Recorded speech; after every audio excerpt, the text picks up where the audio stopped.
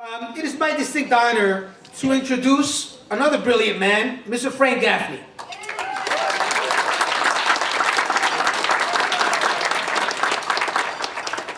Mr. Gaffney is the founder and president of the Center for Security Policy in Washington, D.C. He will deliver the Abraham Lincoln address for us today. The Queens Village Republican Club is thrilled to welcome Mr. Gaffney, a former Assistant Secretary of Defense for International Security Policy under President Ronald Reagan. Mr. Gaffney has over 30 years of experience and has been a leader in the effort to keep our nation secure and free. His leadership has been recognized by some of the most prestigious, liberty-oriented organizations in the United States. With all due respect, Mr. Gaffney, you're a lightning rod. I know of you well, and I'm very excited to have you here and speak to us today. Would you come up and let us know what you have in your mind today? Thank you.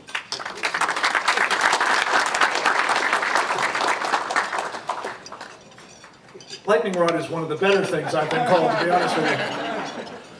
Thank you, everybody, for being here, and thank you to this organization for giving me this honor of joining such an immensely impressive group of people who've been allowed to make this presentation to you over 143 years. I am honored, really beyond words, to be able to do so, especially in the company of my friend Kim and Ann and the cheering section over there on the far side, all friends, for basically three reasons. One is it's a chance to pay tribute to a man that I have honored and respected perhaps more than anybody else in my life, Abraham Lincoln.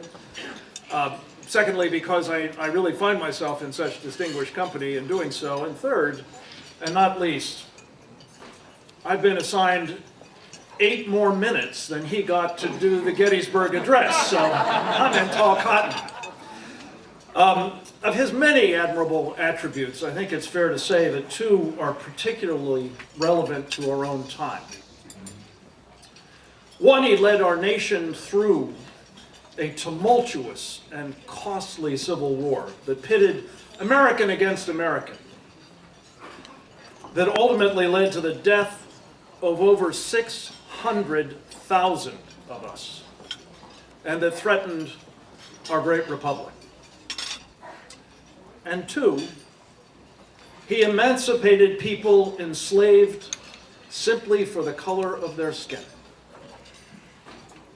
If Abe Lincoln were alive today, I believe he would perceive something that has yet to dawn on most of us, as he was ahead of his time in his own life.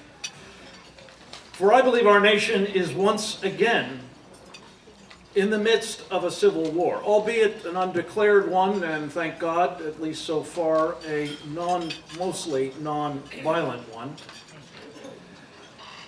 As it happens, just this morning, into my email box came, unsolicited, a letter from a distinguished veteran of our special operations community, in which he enclosed a note from a man I'd never heard of and don't know. But I found his observations about this moment in our nation's history to be sufficiently compelling and frankly troubling and accurate that I thought it worth sharing with you some of them, very briefly. I think Abraham Lincoln would have recognized this forecast. His name was David Vincent Gilbert. And he said this, quote, "How do civil wars happen? 2 or more sides disagree on who runs the country. And they can't settle the question through elections because they don't even agree that elections are how you decide who is in charge." That's the basic issue here. Who decides who runs the country? When you hate each other but accept the election results, you have a country. When you stop accepting election results, you have a countdown to civil war. The Mueller investigation is about removing President Trump from office and overturning the results of an election. We all know that. But it's not the first time they've done this. The first time a Republican president was elected in this century, they said he didn't really win. The Supreme Court gave him the election, but there's a pattern here. What do sure odds of the Democrats rejecting the next Republican president really mean? It means they don't accept the results of any election they don't win.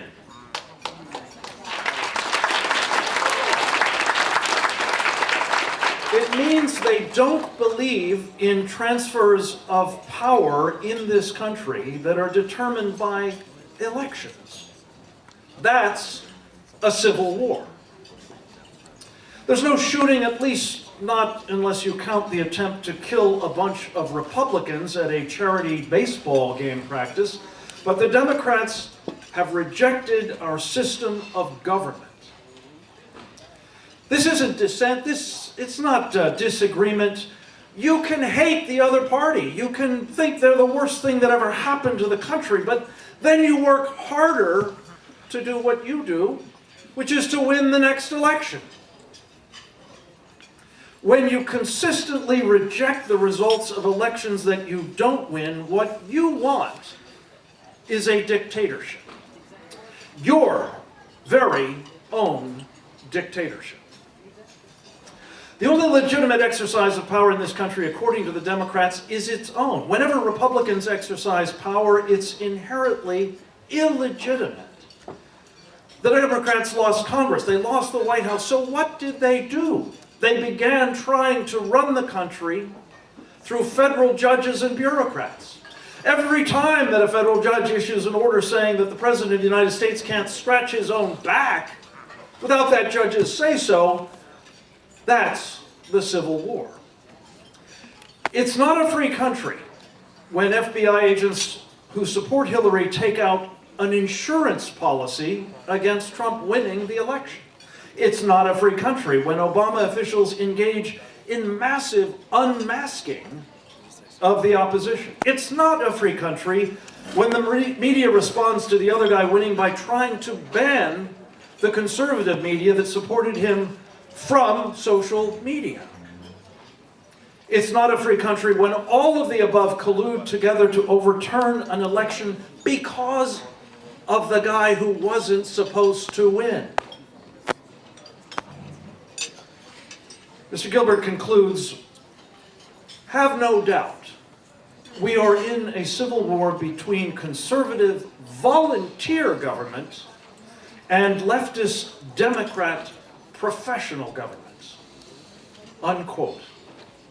Now, one can only, of course, speculate as to what Abraham Lincoln might have done about all this, but I think it's fair to say, looking at one of his most memorable speeches, however, what his attitude towards it would be. This speech certainly serves as a warning to us all. 160 years ago, in June, in a speech in Springfield, Illinois, following his selection to be, and this is important, folks, the new Republican Party's Senate candidate from the state of Illinois in 1858, just a few years before the founding of this organization.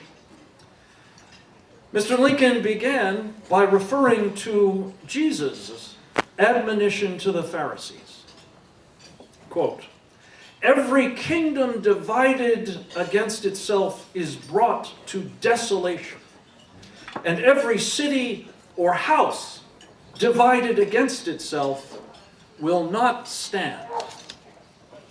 This, of course, has become immortalized as the house divided against itself speech. But he added to the Jesus comment, quote, "I believe this government cannot endure, permanently half slave and half free. I do not expect the Union to be dissolved. I do not expect the house to fall, but I do expect that it will cease to be divided. It will become all one thing, or all the other, unquote. In the end, of course, this nation became all free because of Abraham Lincoln's courageous and unflagging determination to make it so, whatever the cost in lives or national treasure.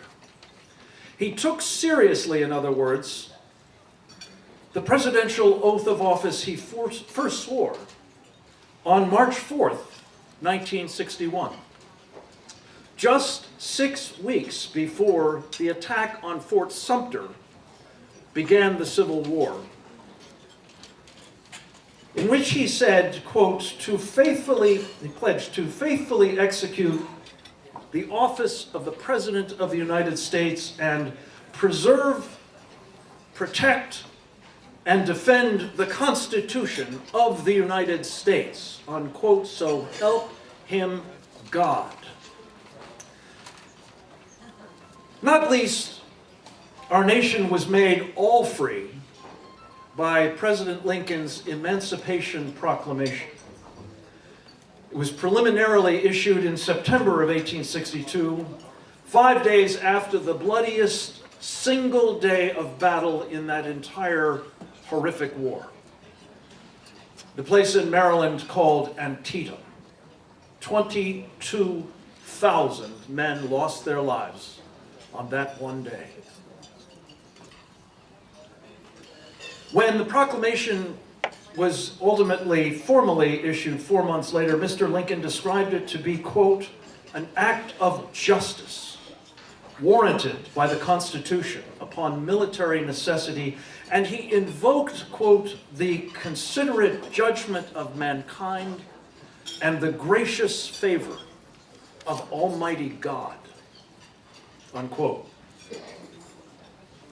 I feel certain that similar considerations would prompt Abraham Lincoln today to be seized with another affliction in our times. The enslavement and worse, the horrific mistreatment of hundreds of millions of people worldwide simply because they believe, as he did, that Jesus Christ is Almighty God's only begotten Son. At the risk of being presumptuous, I believe Abe Lincoln would have been a leader in a new movement, inspired by his abolitionist agenda, which was, of course, the impetus behind our Republican Party. I'd like to introduce you to the Save the Persecuted Christians Coalition.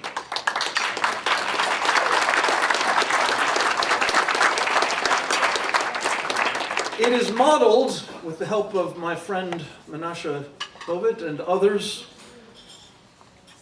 on a more recent effort, about a half a century ago, begun, if you can believe it, in a small synagogue in Cleveland, Ohio, to do something about the plight of Soviet Jews. Some of you may remember this campaign. With the Lord's grace and the hard work of countless Jews and Christians alike, including two of my former bosses, a United States Senator by the name of Henry Scoop Jackson, a Democrat, but a damn good Democrat. They don't make them like him anymore, that's for sure. The other one was President Ronald Reagan. And this movement to save Soviet Jewry became hugely impactful. What began modestly with a few signs outside of that synagogue in Cleveland, and then in various places and ultimately all across the country, and indeed in other places around the world, saying things like, "Save Soviet Jewry," which confused the hell out of people until it was explained it wasn't about jewelry, it was about Jewry. But it turned into a political force, and Scoop Jackson and a fellow by the name of Charlie Vanek turned it into political leverage in the form of legislation in 1974. And that legislation, ladies and gentlemen, denied the Soviet Union most favored nation status unless and until they allowed the free emigration of Jews and anybody else who wanted to get out of that hellhole. The effect was incalculably important because the Soviets, of course, couldn't let anybody out because everybody would have headed for the exits. And as a result, they didn't get most favored nation status, and they didn't get all of the financial benefits that would have flowed from it in trade and technology and investments, credits. And businessmen like Armand Hammer, who would have been up there trying to prop up and promote and appease the Soviet Union. So here we are, ladies and gentlemen. Several decades later, with something on the order of 215 million Christians, not just facing oppression and hardship in countries, not just one, but all over the world, but suffering what's been described as heavy persecution, which includes things like rape and torture and crucifixions, and yes, enslavements and exile and mass murder, genocide. So it is time, it seems to us, for a new campaign.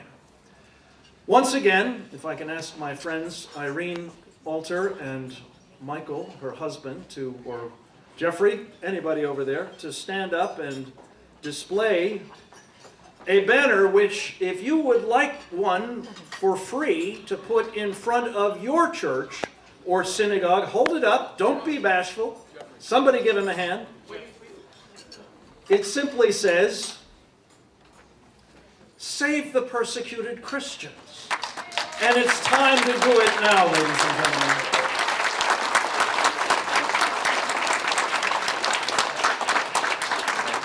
So go to, thank you very much, go to SaveThePersecutedChristians.org if you would like one of these signs.